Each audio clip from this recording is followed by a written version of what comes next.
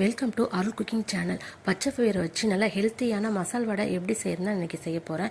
200 gram பச்சை பயிரை ஒரு 6 மணி நேரத்துக்கு ஊற வச்சுக்கோங்க. நெக்ஸ்ட்டு அரைக்கிறதுக்கு ஒரு காஞ்ச மிளகாய், 3 பச்சை மிளகாய், ஒரு துண்டு இஞ்சி, ஒரு 5 பல் பூண்டை உரிச்சு போட்டுக்கிட்டு ஊற வச்ச பச்சை பயிரையும் சேர்த்துக்குங்க. 1.5 ஸ்பூன் சீரகத்தையும் சேர்த்து தேவையான அளவு உப்பு போட்டு ஒரு கொரகொரப்பாக மசால் வடைக்கு ஏற்ற மாதிரி அரைச்சி எடுத்துக்கோங்க.